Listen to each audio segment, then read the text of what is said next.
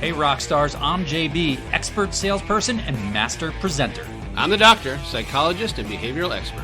This is the Entrepreneur Mastery Lab podcast. We're high-performance coaches that help service-based professionals and entrepreneurs take their skills to the next level.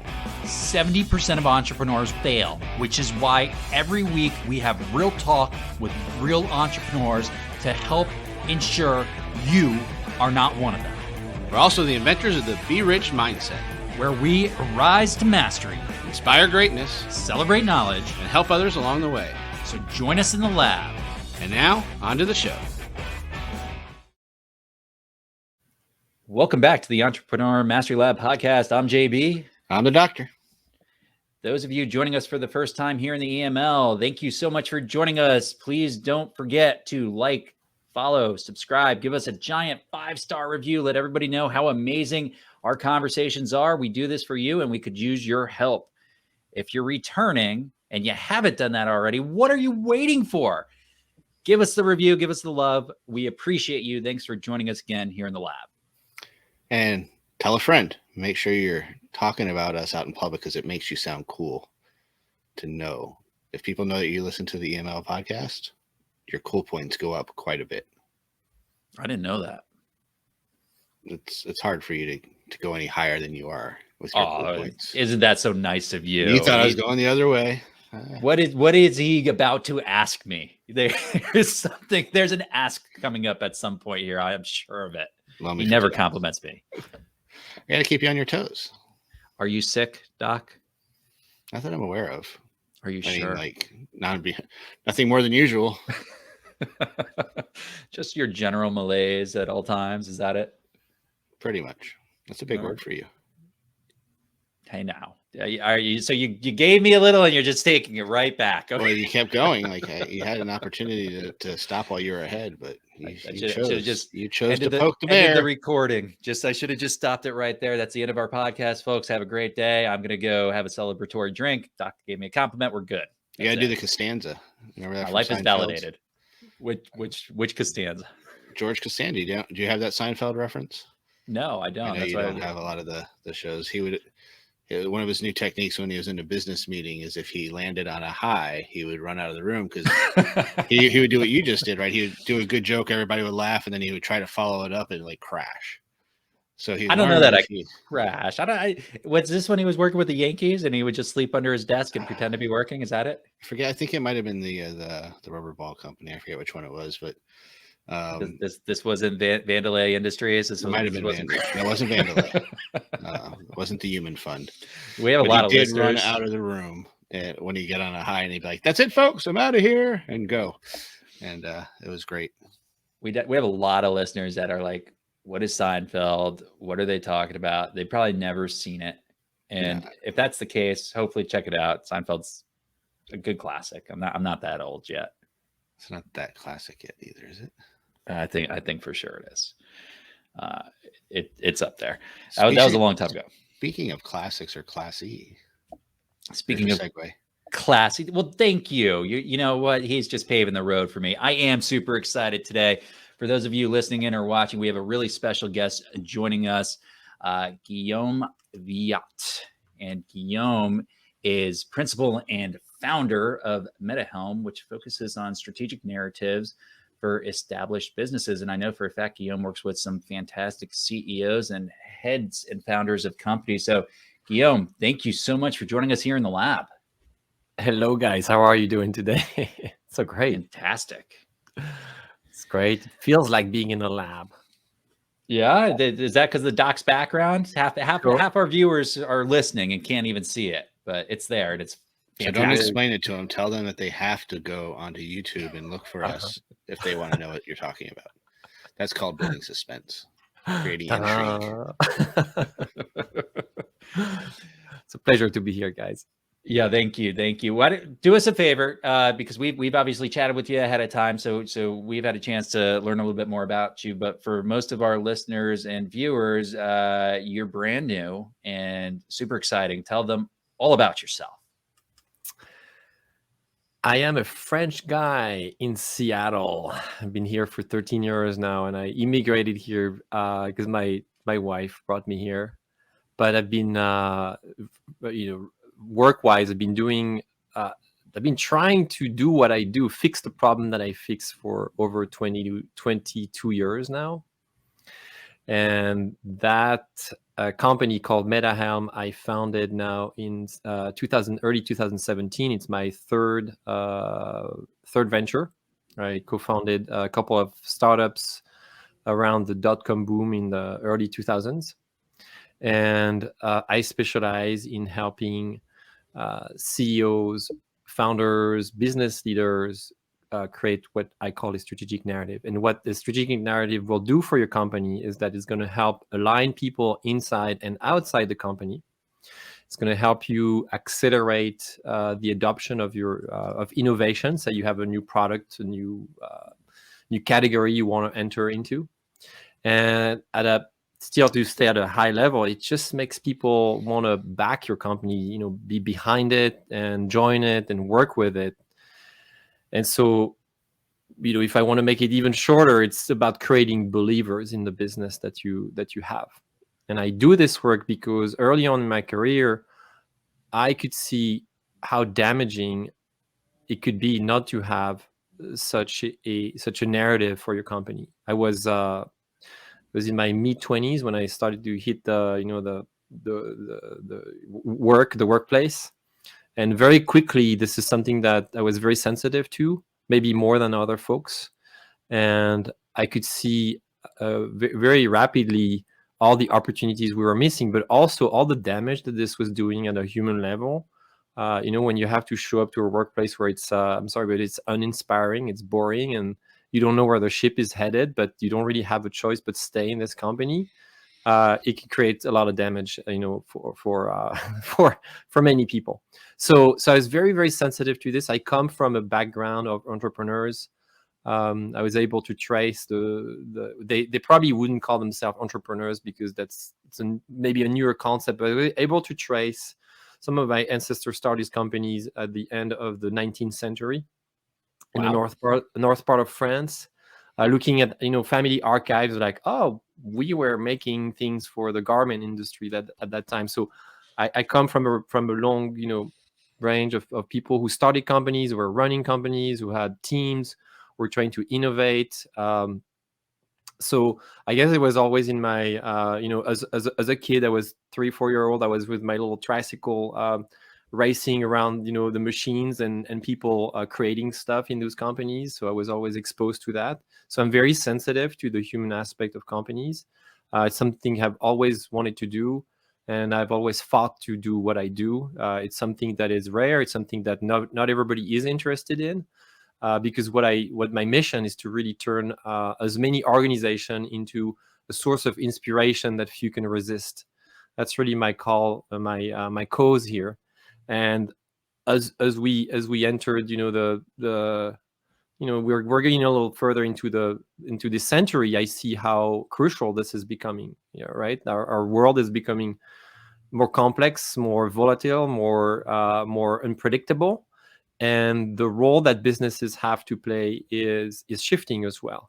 I don't think of businesses just as economic unit just spinning money. I see them as places for people to gather, to socialize, to find meaning, and to solve bigger and bigger problems. I'm just to be transparent here. I'm talking about climate problems, social problems, safety, security problems, and so businesses have a shifting role. I believe that they're supplementing or now taking over the role of governments and institutions such as churches and so on, or they're working more and more hand in hand. And so that's why I think that this work is so crucial, so important. And back to the initial question, this is what I help business leaders do, is really feel and build companies with that sense of purpose. And it's not just a philosophy, it's just a fluff. It's like it turns into real solid results too. And so if you can combine both, then I think that makes for a better world. I'm digesting everything. There's this deal here with the lab equipment. You know, it's I feel like I'm almost talking to entrepreneur royalty here. You've got like a lineage of entrepreneurship going all the way back to the 1800s. That's phenomenal. I can trace my lineage to Connecticut. I mean, last thing I heard was Frenchmen in Seattle, and I kept thinking, okay, some good French food, and you're gonna send me some donuts, because those are the two things that I know from Seattle. Yeah, Voodoo Donuts, right? Actually, that could be like a great title for a rom-com or something. You better watch out, Guillaume. You might be onto something there. You know, a lot of what you said. So kind of parsing through a lot of what you said. You brought up inspiration a couple of times and purpose. And I want to be careful here, because for any of our listeners who aren't watching, we've got our guest here behind like maybe 1,000, or there's maybe 1,000 books behind him, but it kind of draws me back to one of my favorite books over the last few years that I've read, which is Simon Sinek, was Find Your Why, right? You know, it's all about the why and the impact and the greater mission. So it seems like, and I'm sure you've read the book, I just have to imagine it's probably, there's a copy of it somewhere behind you. Everything that you're talking about is really framed around this bigger why. It's much more about the impact, and the business is a part of that impact. Is that fair for me to say? I mean, am I on target here with that? Yeah, I think you're spot on. You're spot on, JB. This is, of course, I read this book. Of course, I saw the TEDx or the TED Talk. And if I may, I think Simon Sinek, he's not the first who talked about this topic, but he did a masterful job at making it understandable, packaging, and he's a marketing it. Right? I mean, he marketed it really well. Yeah, exactly. So I think he served everyone really, really, nicely. I'm so glad he did this. So you can put me in a category, within the same category or adjacent to Simon Sinek's philosophy. It's not just that I pull from many other thinkers, and then I have my own thinking, my own approach to. What I wanted to add is that it's striking to see so many brilliant business people come up with solutions that are so creative, so massively helpful, and not being able to explain why they wanted to do this. Right? I live it. I was able to tell you in just one sentence why I exist. My mission is to turn an organization into places that are inspiring. But how many years did that take me to come up with that? It's very, very difficult. It's very difficult because, for one brain, or maybe a small number of founders' brain, to be able to, run the company, grow it, and at the same time keep, a step back at the large picture of, what's the reason we even do this company is a very difficult exercise. So if you feel like you're stuck there, if you feel like it's tough, you're not the only one. There are thousands and thousands of people. I think some entrepreneurs maybe have more talent in doing it, or they know that they can do that themselves, so they ask for help from others in terms of thinking, strategy, communications, marketing, and so on. But I think the good news is that these days, I think it's something that is recognized. I think the debate is not about what's purpose. Should we take the time to articulate our purpose? I think that train has left the station. I think the debate is more, what do we do with it? How do we really walk our talk? How do we make it actionable? How we operationalize it? How do we use it to make better decisions, better hiring decisions, design, product design decisions, and things like that. It's more where things are shifting. So I'd like to kind of brings people attention to that. It's like if you have never heard about this topic and never read this book, read it quickly. Right. And so it's like it's one of those topics that I think that Doc and I can really appreciate, because we spent so long ourselves on really ironing that out. And right, Doc? I mean, 18 months kind of refining that over and over and over again to finally get it to where we felt comfortable with our messaging and how we were talking about that. So 18 months, we only got 20 years left to figure it out. We're all right. We're on a roll. We're on target. And the actionable side of it, so I really appreciate that. I'm a doer. I think we have the thinker in the partnership, which is the Doc, and I tend to be more the doer. That's not to say I don't think, Doc. Don't get any ideas out there. I saw you start to talk. Give me a minute. But for us, the action, how do we, to your point, to translate the station, we've all kind of bought into this, but how do we implement and how do we guide ourselves with it? And to me, that comes down to the value system, and having a really clearly defined value system is kind of how you can take that alignment of, hey, here's my mission, here's my goal, and here's how I'm going to walk the talk. And it's through that value system, and it's holding and adhering to that value system. Easier said than done. Yep. So one of the things that in my approach, one of the things I like to explain or help the people I work with is that the mission is, when we hear the term why and mission, there is this underlying message that assumes that it's about you, right? Your company. It's very self-centered. It's kind of, I'm generalizing on purpose here a little bit, so just bear with me. But I was part of exercises, in the early 2000s in all sorts of companies where we would come in, bring one of those flip charts and say, okay, what's your why? What's your mission? And we would draw a bunch of words, right? And at the end of the session, just making it simple, it was kind of what the sexiest words would be that we would just circle and say, there we go, we have our mission statement. That's kind of the traditional, very antiquated way to do it that doesn't work. So don't do that. I did it. Take everything you heard and throw it out the window. Throw it out the window. So the thing is to think about your company as a stakeholder within the community and say, what is the mission that I want my clients, my investors, my partners, my other co-entrepreneurs, whoever you think is around you, and say, hey guys, let's get together, and what is the mission that we want to try to accomplish here? So you shouldn't think about, it's typical leadership kind of narrative to think, I am the boss, so I'm responsible for figuring out this why or this mission thing. No, that doesn't work like that. So bring others into the conversation. And so when I work with, I have companies here in Seattle, we're doing this exercise it's an IT company. It's a mid-sized company that do network for security, cybersecurity.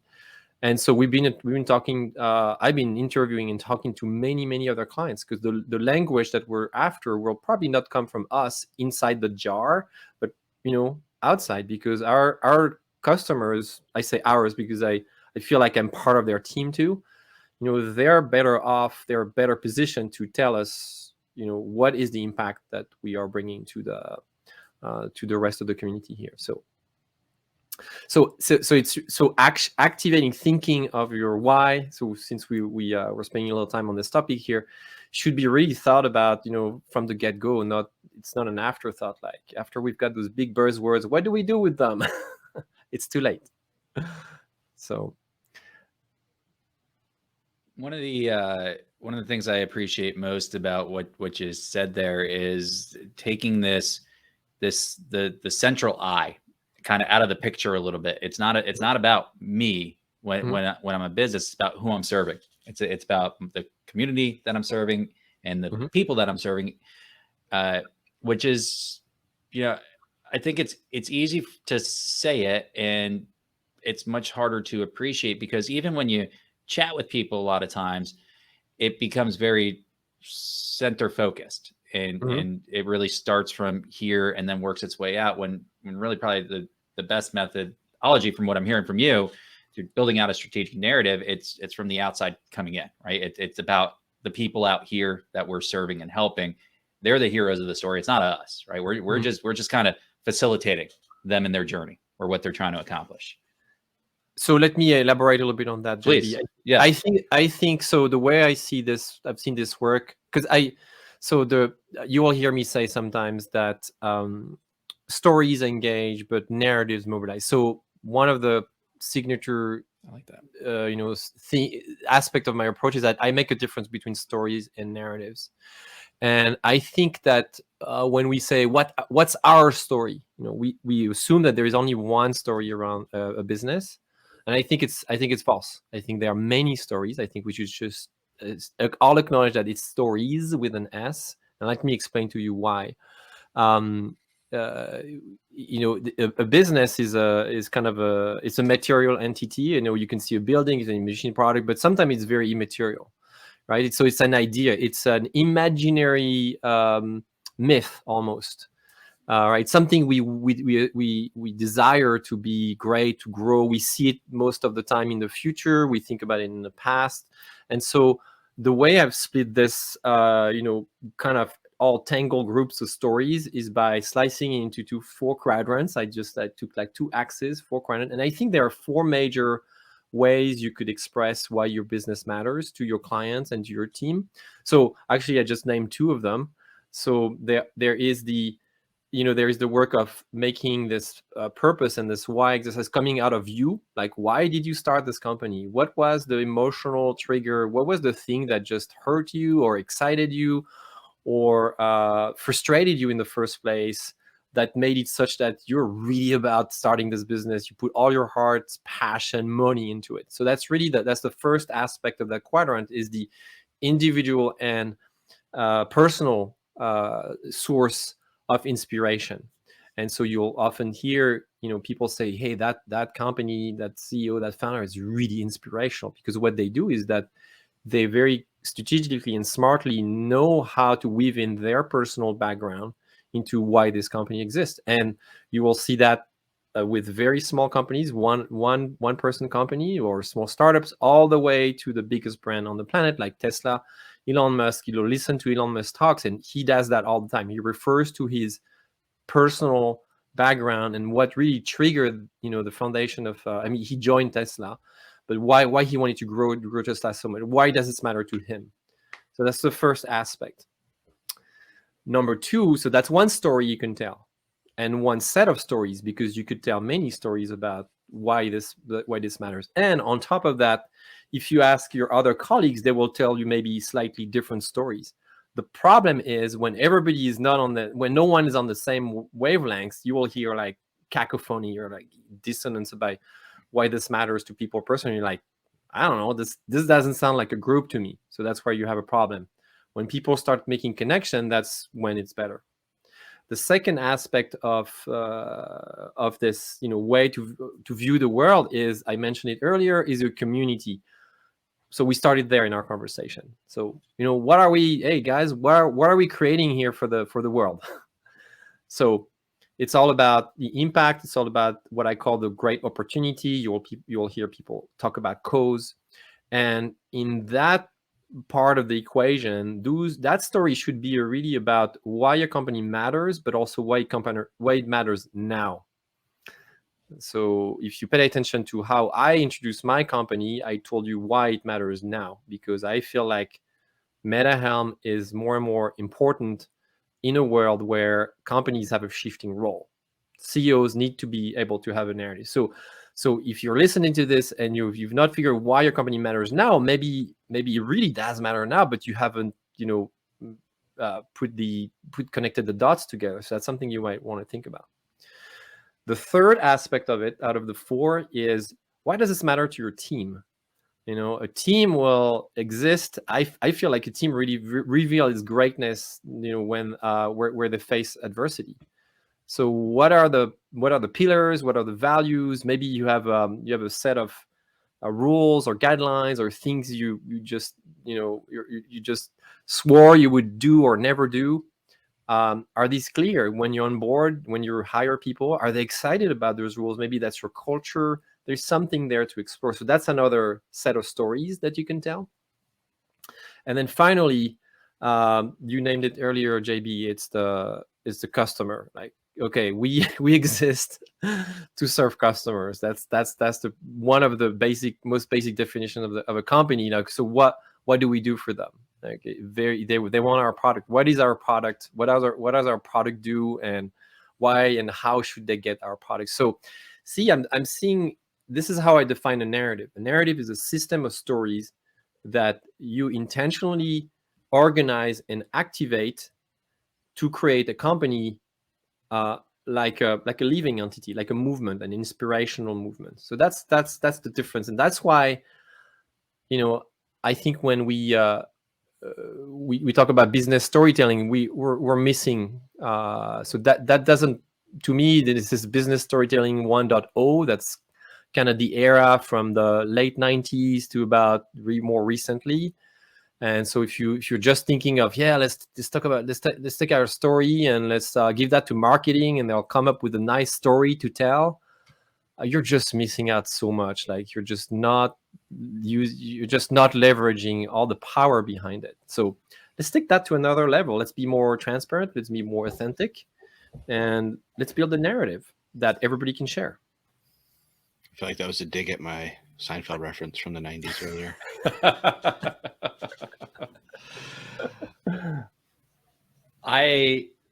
So you talk about complexity with something like this. It's 4 different aspects to the system that you're putting into place, and you're kind of pulling from all of them.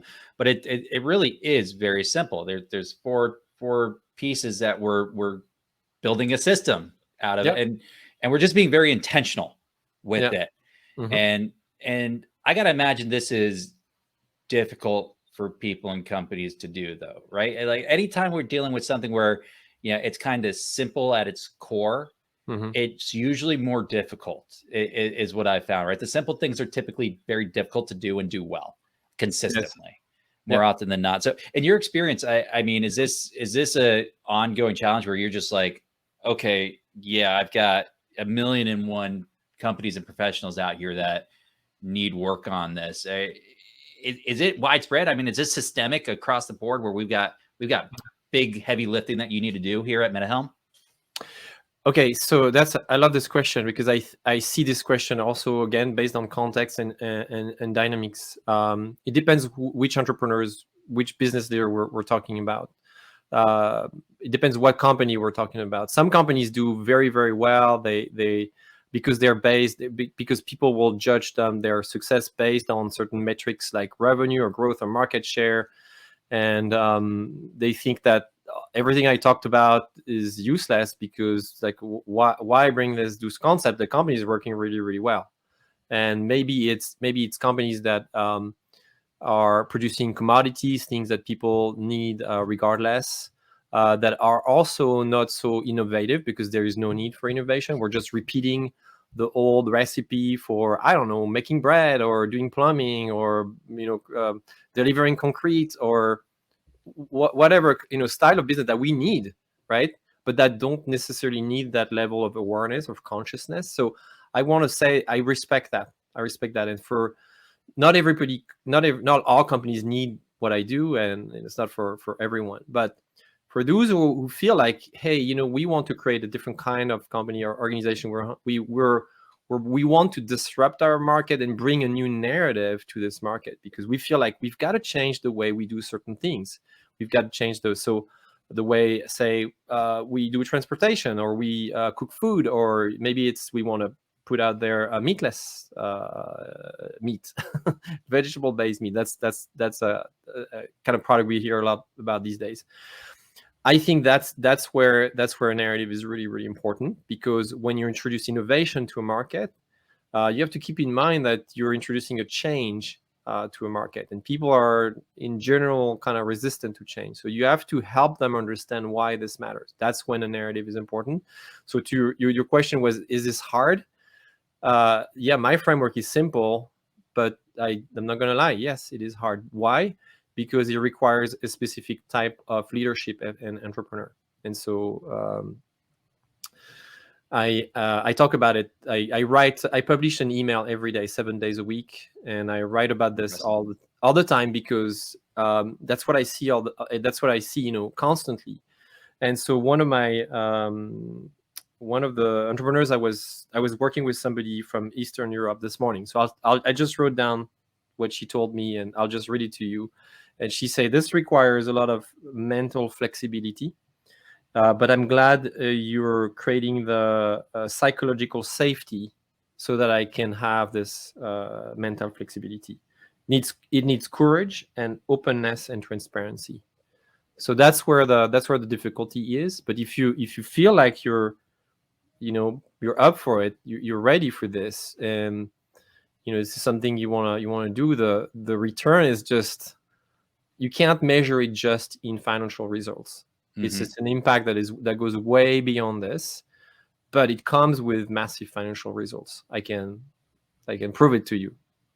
It would be another podcast, but so did I answer your question, JB? I felt like I talked a lot on this one. I think you did. So it's the doc probably laughed about half my questions are like multiple questions in one. I think you did a pretty admirable job. Yeah, you did good. Okay, good. Okay. I did hear you say something that was really shocking to me, and I'm surprised by that statistic that people are resistant to change. They don't like to change. I have never seen any of that. I have no idea what you're talking about. That's just... I'm so glad I'm teaching you. But and it's funny because everyone says they like change, right? It's one of those things that everybody wants change. They like the idea of change and they like the result from change. It's just all that part in between where they actually have to make the changes is where they go, no. I don't know who says they like change. I'm like the most routine driven guy ever. I hate change. It frustrates the hell out of me. I'm like, no more change. Just get me back to what I'm used to. I saw that this conversation reminds me of a cartoon, so I'll try to depict it to the best I can. It's there's a guy, on the stage in front of a crowd, and he's like, who wants change? And so the whole crowd raises their, everybody wants change. And then the next picture goes, okay, who wants to lead change? And then everybody goes away. I'm probably missing a step, but that's like get back to me when it's all done, and I'll be happy that it changed. Yep. Exactly. He brings up a cartoon. Guillaume brings up a cartoon, and I'm thinking, oh, here we go, Pinky and the Brain. He's calling Doc the Brain and me Pinky over here. But no, so I'll take it as a flattering cartoon this time around. No, your new nickname for the rest of the show now. Okay, all right, yeah. Like I needed to give you more ammunition. All right, I'm curious, Guillaume. Is there a way for a CEO, a founder, a business to kind of measure when they're ready or when they know that, hey, it's time for me to really be implementing a strategic narrative? I'm entering this phase of disruption. I'm just curious if there's certain, I don't know, landmarks that a business owner might be able to kind of identify or keep an eye out for. It's kind of like the analogy I'll take is like with health and medical conditions. Like when you don't feel anything in your body, you don't think about changing anything because everything seems great. But as soon as you start feeling the tensions, the symptoms, you wonder about that. Should I do something about it? So I'll just share with you the typical symptoms that I see that, when people enter that conversation about maybe we need a new narrative. So the first one is differentiation. Like some companies used to have like this really cool idea. They're maybe at the top of their growth, of the current cycle of growth, and they're kind of plateauing.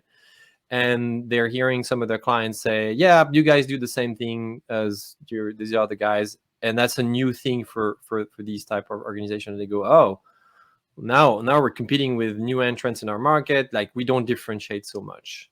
It sounds like, and that's kind of natural because, narratives have a certain life cycle. Mm-hmm. They evolve over time. It's human evolution. So that's great.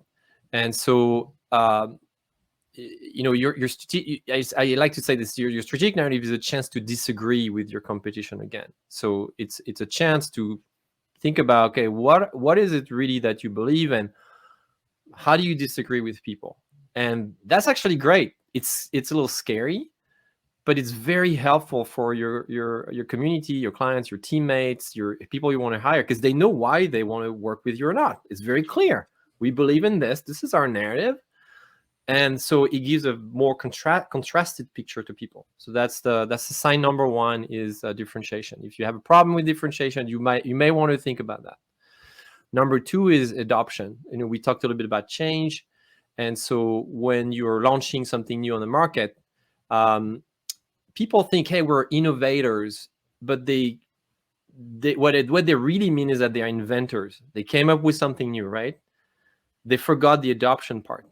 How are people going to adopt that thing. So I like to define innovation as invention plus adoption. Don't forget both, because most people go, yeah, it's so awesome, this email marketing campaign generator is going to be fabulous, and they build the app, and they throw money and investment at this, and then no one wants it. So the strategic narrative will help you frame why people should get this invention and why they should get it now. Again, to my point of why now. So it creates urgency. So with the strategic narrative, what you do is that you put something new into context. And countless times, I see this every day, it's really hard for somebody who has been working on a new idea for so long, so close to the elephant, to really pull back and say, and here is the context why this matters. It's kind of a human thing, right? We're so used to it. For a founder, it's so normal that the new bike that I'm creating is the best. I forget to say, and by the way, in today's world, here is why it matters, and here is why you should get it now, in a compelling way, right? Without sounding too salesy or like somebody who lies. I hate that. Or threaten people. If you don't get this product now, this is what's going to happen to you. And this is adding fear to the equation. And you don't have to do that. If you don't have to push that hard. You could just say why in this context this might be valuable to you, right? So that's the second symptom. I have more if you're interested. No, I think that's fantastic, and I find it fascinating. Anybody who's actually watching this on YouTube and not listening, you always know when I find something fascinating, and I really appreciate what somebody's saying, because I'll start jotting down a lot of notes. Okay, and my camera will start shaking, and my attention's over here to the side, because I a lot of what you said really stood out to me. And when Doc and I do our wrap up, probably bring up a few of those things. Really helpful, I think, for any of our listeners who are thinking about this, to be able to just ID a couple red flags, like, hey, I'm at this inflection point. Maybe this is something I really need to be looking at. Exactly. You know what else is really helpful? Giveaways for our audience. Like that segue. I'm natural at that. Yeah, that was super so clean. Smooth. Smooth as sandpaper. It's a fine grain. Don't I have I have an ebook that I just finished writing this week that I'd like to. It's free. It's downloadable. It's free on my website. My company name is MetaHelm, but it's best to go to just type in strategicnarrative.com. You'll land on my homepage. So for people who are seeing this right now, the ebook is not available that second. It will be in the next days or so, because I just finished publishing it. But this podcast will release again. We have the magic of the world. It will be live now. Okay. Yeah. By the time you're watching and listening to this, it is there, and it is there for you to get for free. Yeah, it's there for you to get for free. And so when you do this, you're also included to my daily email list, my daily insights that will hopefully inspire you and help you create an amazing company. Full circle right there. That was beautiful. That was really well done. Right back to inspiration, which is what we started with. Guillaume, I love the conversation. I mean, truly, everything that you're talking about is, from intentionality to, identifying how to create urgency without create fear mongering, right? We don't have to artificially create this stuff. It's there. We just need to bring attention to it. We need to shine a light onto it, right? All very illuminating. Can I run with that bad of a joke? Yeah. Shine a light on and illuminating now. Okay, it's all right. That was a polite laugh. We'll leave it at that. Calm down there, Pinky. All right. Guillaume, really appreciated you coming and joining us on the show here in the lab. Thank you so much for your insight. For all of our listeners out there, MetaHelm.com, right? Strategicnarrative.com. You can download that free ebook. You can connect with Guillaume via our show notes, our YouTube notes, and or directly in the lab. He is a member of our community as well. Guillaume, thank you. Guys, thank you so much for having me. I think your podcast is amazing. It's awesome. I listened to several episodes before joining, and I was just thrilled to be here. So thanks for having me. Thank you. And we will be make a note to our VA to make sure that she takes that piece out and we run that on a loop. We're just gonna have a podcast of that on repeat. That'll be a good whole thing. That'll be the whole thing. Thanks for joining us today. Thank you. I was furiously writing down notes with our conversation with Guillaume, Doc. He had some fantastic things to say. I'm glad that's what you were doing. I was a little worried. Hey, keep it PG, buddy. Come on. That's where your mind went. I didn't say anything. All right. What you're doing over there, Pinky, is your own business. You know, if we weren't filming this right now, I'm throwing it on YouTube, I'd be making some gestures. I had some real takeaways here that I loved. The soundbite, the really, really tight messaging, stories engage, narratives mobilize. Powerful. That hit me in the feels. It was a good one, yeah. Very, very memorable, very succinct. I'm giving you a chance to give some more. I thought you were going. You look like you had more to go, so I didn't want to step on your toe. No. I just wanted to impact. You know, that right there. Just the concept that we all have stories, but without having the full framework and the systems and really incorporating, you know, he talked about it, the 4 different quadrants that you need to drive into a narrative, you're not going to mobilize, right? And a good story without mobilization is kind of just that. It's a great story and on to the next. You're not going to do anything with it. Definitely. I was taken away. I'm going to go way back to the beginning. We were just like when you mentioned Simon Sinek and finding your why, and then his comment back of that's a very good one, but he also pulls a lot from that. And I think that's something we talk about a lot, how a lot of these messages do overlap, right? There is going to be some of those core things are there. And then I always give my little tidbit of, if you're reading books, they're not gospels. They're only supposed to be parts that you take pieces away, and then you integrate them in the best you can for yourself. But I think what he was saying is right on, because a lot of the same messages that we deliver were very similar. So just kind of, again, putting that same kind of connection in all the worlds, no matter who you're listening to and who you're talking to, if they know what they're doing, are going to give you that kind of value. And then it's up to you to kind of take it in and put it to work and mobilize. Yeah. And that's well said, right? Yeah.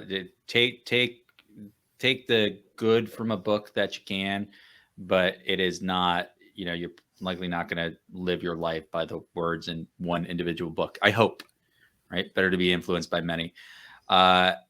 Well, speaking of better to be influenced by many, we hope that we happen to be one of the influencers on your life and your actions and how you mobilize yourself. And one of the ways we can do that and help more people just like you, well, you guessed it, like, follow, subscribe, give us that 5-star review.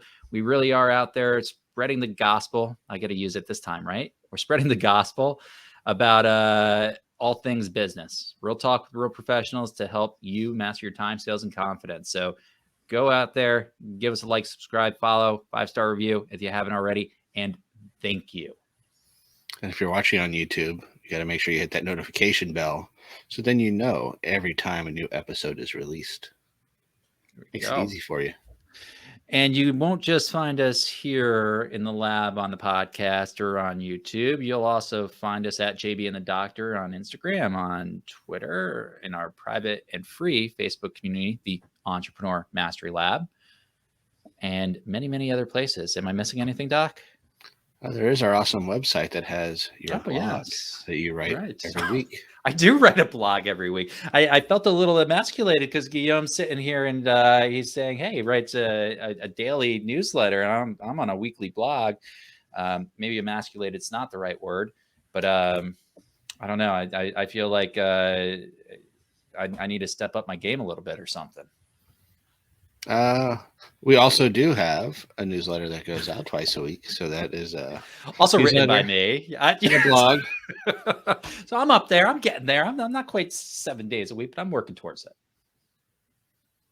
You can if you want catch more me. of us, you can find us in the lab or on Instagram. We're on all those places. And you can catch me 7 days a week, PT with JB, every single morning at Comfortably Blonde. That is very accurate. And while we're plugging Psycho Rock with the Duck on Instagram as well.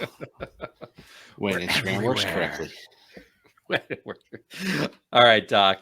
I enjoyed our conversation today, my friend. Have a great day. Everybody, JB out. Peace out, yo.